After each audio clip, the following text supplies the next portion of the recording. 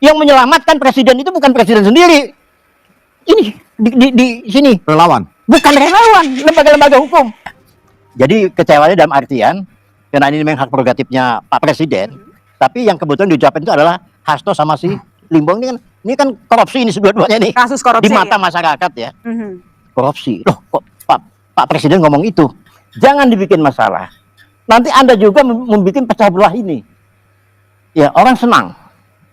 Nah ini ya, jadi saya Lagi dan lagi, pernyataan loyalis Jokowi membuat publik tercengang, bukan karena kata-katanya bermakna, tapi justru karena penuh kontroversi dan saling kontradiktif satu sama lain.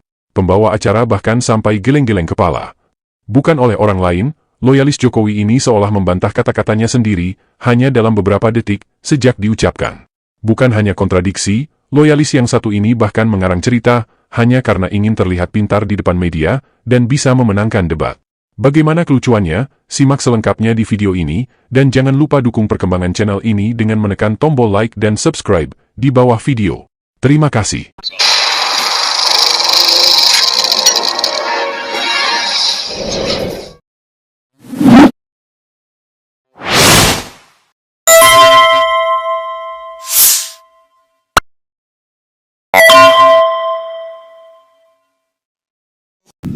Presiden itu dapat perlindungan. Ya, Undang-Undang Nomor 39 tahun 2012. Presiden itu dilindungi negara, dilindungi hukum. Itu undang-undang itu. Apa peraturan pemerintah bukan undang-undang? Peraturan pemerintah. Siapapun yang menghantam presiden, yang menyelamatkan presiden itu bukan presiden sendiri. Ini di sini Relawan. bukan relawan, lembaga-lembaga hukum. Ini ngomong apa sih? Bapak ini bernama Kanjeng Pangeran Hadinegoro. Dia adalah Ketua Perjuangan Rakyat Nusantara yang disingkat Pernusa, sebuah relawan yang didirikan untuk mendukung Joko Widodo sejak pemilihan Gubernur Jakarta 2012 silam. Di berbagai media, dia hadir untuk membela Joko Widodo. Sayangnya, pernyataan-pernyataannya lebih terkesan asal bunyi, jauh dari fakta yang sebenarnya. Sebagai contoh, ucapannya di awal video ini yang menyatakan Presiden dilindungi oleh Undang-Undang Nomor 39 Tahun 2012, namun kemungkinan karena melihat mata Rismon Sianipar yang melotot, pernyataannya pun diubah. Bukan lagi unag-unag, tapi peraturan pemerintah atau PP. Lalu benarkah PP Nomor 39 Tahun 2012 berisi aturan tentang perlindungan Presiden? Mari kita buka lembaran negara yang menyimpan semua arsip peraturan dan perundang-undangan. Ternyata, PP Nomor 39 Tahun 2012 berisi peraturan pemerintah tentang kesejahteraan sosial yang jelas tidak ada hubungannya dengan aturan yang menyangkut aturan perlindungan presiden. Adapun peraturan yang diterbitkan oleh mantan Presiden Susilo Bambang Yudhoyono pada tahun 2013 atau 1 tahun sebelum berakhirnya masa jabatannya, terkait pengamanan presiden diatur dalam Peraturan Pemerintah Nomor 59 Tahun 2013 tentang pengamanan presiden dan wakil presiden, mantan presiden dan mantan wakil presiden beserta keluarganya serta tamu negara setingkat kepala negara, kepala pemerintahan. Namun peraturan ini mengatur tentang tugas negara dalam memberikan perlindungan keselamatan jiwa presiden dan wakil presiden dan keluarganya, mantan presiden dan mantan wakil presiden beserta keluarganya, beserta tamu kepala negara, dan sama sekali tidak ada kaitannya dengan perlindungan dokumen ataupun ijazah kepala negara sebagaimana topik pembahasan dalam debat. Tidak hanya mengarang cerita, loyalis Jokowi, Norman Hadinegoro juga membuat seisi ruangan geleng-geleng kepala dengan narasinya yang tidak konsisten, saling kontradiksi yang memberikan kesan bahwa Dai sama sekali tidak punya pendirian, alias asal juga masih nuntut. Tapi Anda bilang tadi Nggak akar ngucapin terima kasih. akar rumput kaget. Akar rumput kaget karena apa? Kecewa? Pecah di Begini, bawah? Pak Prabowo, Presiden pernah mengucapkan kita berantas tuh korupsi. Sampai ke ujung dunia. Tapi tiba-tiba Pak Presiden kita memberikan amnesti dan abolisi ke dua orang ini. Tidak Dan layak mereka menurut korupsi. Anda?